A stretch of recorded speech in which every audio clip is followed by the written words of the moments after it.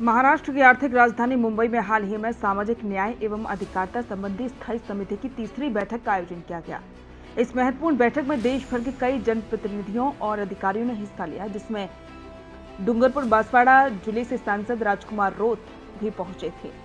बैठक का मुख्य उद्देश्य था SC, ST, OBC और दिव्यांगजनों को विभिन्न केंद्रीय विभागों में मिलने वाले आरक्षण की स्थिति की समीक्षा करना और इन समुदायों के लिए बनाई गई योजनाओं की प्रगति रिपोर्ट पर विचार करना।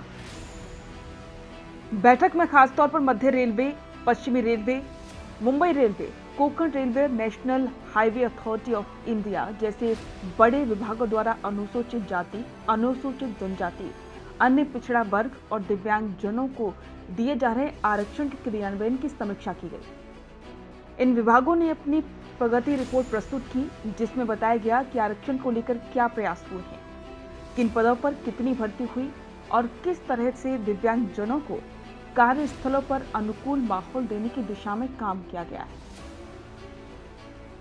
बैठक में राजकुमार रोत ने आदिवासी समाज की जमीनी समस्याओं को केंद्र में रखते हुए कई गंभीर सवाल उठाए।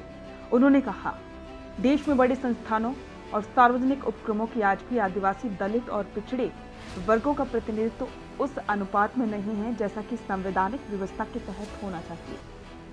हमें सिर्फ आंकड़ों से नहीं, वास्तविकता से भी जवाब चाहिए कि आरक्षण का लाभ जमीन तक क्यों नहीं पहुंच रहा।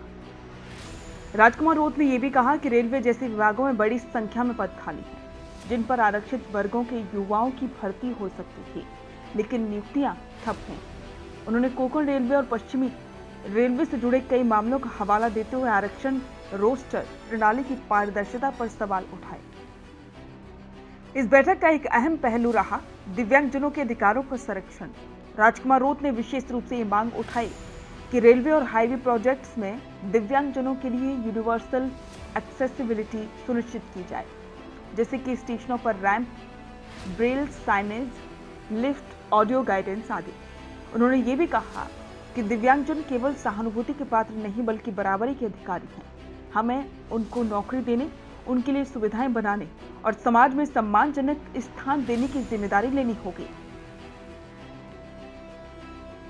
हालांकि विभागों द्वारा दी गई प्रगति रिपोर्ट में कई सकारात्मक आंकड़े प्रस्तुत किए गए, जैसे कि ST, SC, OBC कर्मचारियों की संख्या में हाल के वर्षों में वृद्धि, रेलवे में ई-ऑफिस प्रणाली में पारदर्शिता बढ़ी, दिव्यांगों के लिए कुछ नए तकनीकी उपकरणों का प्रावधान।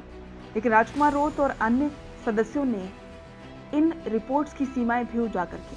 कई रिपोर्ट्स में क्षेत्रीय आंकड़ों की कमी थी, वहीं कुछ मामलों में नियुक्तियों में देरी और पदों का गैर आरक्षित वर्ग में समायोजन जैसी शिकायतें सामने आईं। बैठक में भविष्य की कार्य योजना पर भी चर्चा हुई, जिसमें निम्नलिखित बिंदुओं पर सहमति बनी। खाली पड़े आरक्षित पदों को जल्द से जल्द भरा जाए, विभागों में आरक्षण रोस्टर की सार्वजनिक निगरानी हो, हर 6 महीने में विभागीय रिपोर्ट की समीक्षा की जाए, दिव्यांगजनों के लिए एक्सेसिबल इंफ्रास्ट्रक्चर को अनिवार्य किया जाए।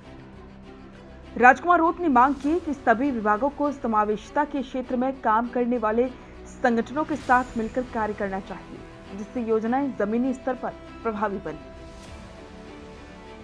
मुंबई में आयोजित इस तीसरी बैठक में सामाजिक न्याय के मुद्दों पर जिस गहराई से चर्चा हुई, वो दर्शाती है कि अब देश में प्रतिनिधित्व केवल औपचारिकता नहीं बल्कि जवाबदेही की कसौटी पर परखा जाएगा।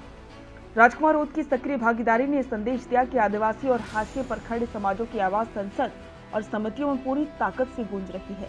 उनकी सच्ची प्रतिबद्धता ने बैठक को केवल औपचारिक आयोजन नहीं रहने दिया, बल्कि उसे सामाजिक परिवर्तन की दिशा में एक और कदम बना दिया।